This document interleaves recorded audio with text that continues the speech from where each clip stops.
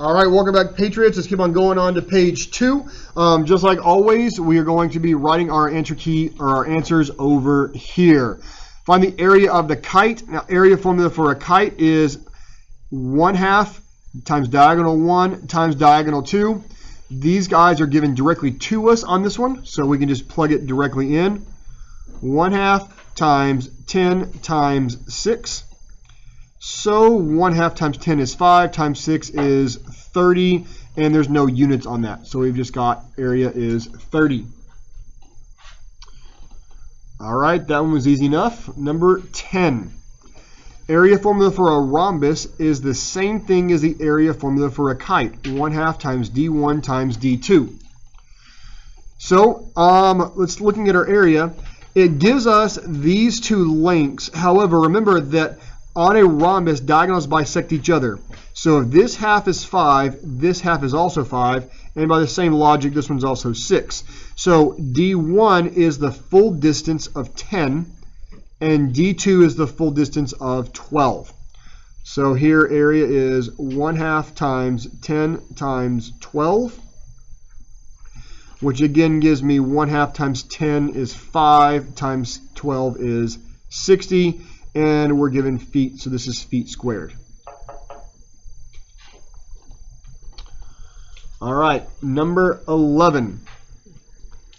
The height of a parallelogram is 6 times its base. Let's go ahead and draw this in. Let's see, 6 times its base. Looks like the base is the kind of basis for all this. So we're going to put an X on there. The height is 6 times the base. If the area is 184, find the length of the base. We're looking for X. All right, so we need area is base times height. So area is 184 equals the base of X times the height of 6X. Now our solving step, I'm going to multiply this through, gives me 184 is equal to 6x squared. So we're going to divide both sides by 6. 184 divided by 6 is 30.66, repeating. So 30.67 equals x squared. Now we're going to take the square root of both sides. Gives me 5.5 is x. So we got 5.5, and then that was in feet.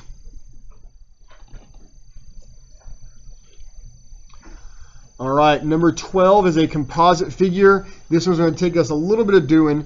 First, we're going to try to break it up into shapes that we know how to deal with. When I look at this, I see a rectangle and a triangle. So if I drop that straight down, there's my right angle. And it looks like I've got the area of this rectangle. Area equals base times height.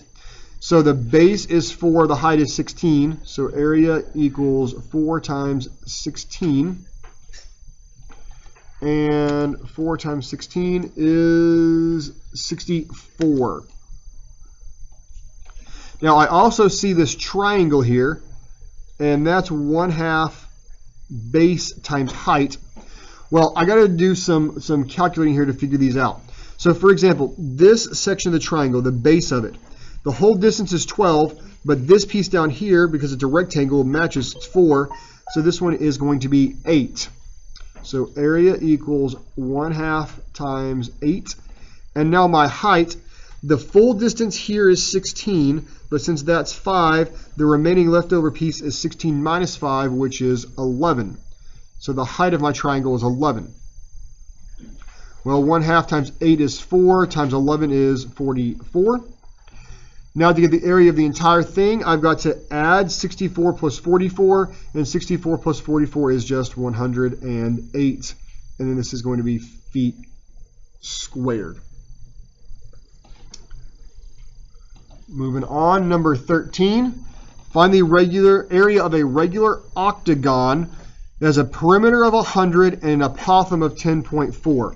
Okay, so our area formula for a regular polygon is 1/2 apothem times perimeter. I think on the board I wrote perimeter times apothem. Multiplication order doesn't matter though.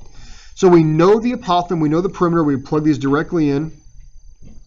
1/2 times apothem is 10.4.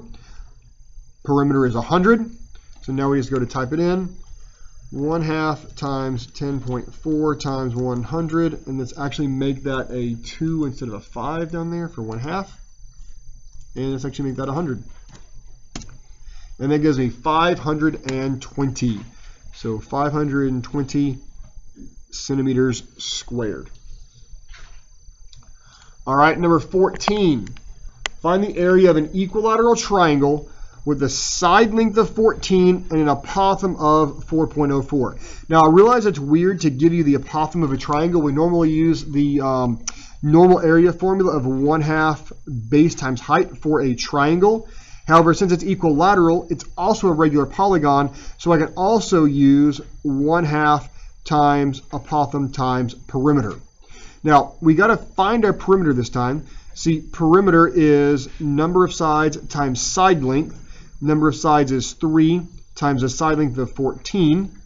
And so 14 times 3 is 42. So my area formula is 1/2 times apothem of 4.04 times perimeter of 42. 1/2 times 4.04 times 42 is 84.84. So 84.84 inches squared. All right, 15, last problem on our page. A circular pizza has a diameter of 6 inches. All right. It looks like we're taking pizza slices, so I'm going to go ahead and draw a pizza slice.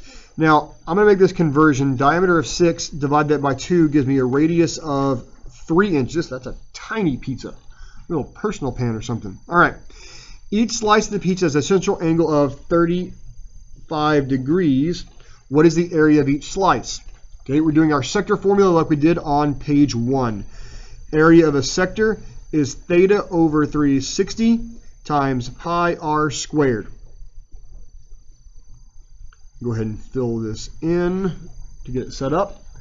All right, theta is our central angle, so that's 35. R is radius, and which is going to be 3. Now let's go ahead and plug it in. 35 divided by 360 times pi times 3 squared. 2.748, so that's going to be 2.7, and then this is inches squared. All right, there you go. There's page 2. Go ahead and cut the video, and we'll pick back up on page 3.